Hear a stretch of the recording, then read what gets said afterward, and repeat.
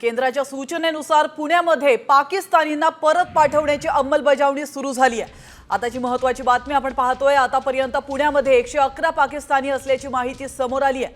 हा आकडा वाढण्याची देखील शक्यता आहे। 111 पैकी 91 जण हे दीर्घ मुदतीच्या व्हिसावर आले आहेत आणि मात्र आता त्यांना भारत सोडण्याच्या सूचना देण्यात आल्या। पासपोर्ट डिपार्टमेंट आणि आपले जे व्हिसा देतात त्याच्यासोबत आम्ही माहिती घेत आहे त्याच्याकडून। आतापर्यंत आमच्याकडे जवळपास 111 लोकांची माहिती आलेली आहे।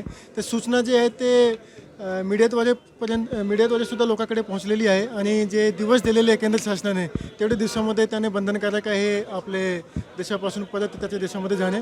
पण त्याच्यामध्ये काही लॉंग व्हिसा पण आहे, काही शॉर्ट व्हिसा पण आहे, ज्याच्यामध्ये टुरिझमसाठी पण आहे, रिलिजियस इलाजसाठी सुद्धा काही लोक आलेले आहे। आणि इलाजसाठी जे लोक आलेले आहेत त्यांना माझी माहितीप्रमाणे आय थिंक 29 पर्यंतची मुभा आहे। तर त्याच्या अनुषंगाने त्यांनी तातडीने कारवाई करण्यासाठी आपण सूचना दिलेली आहे, त्याची अंमलबजावणी होती।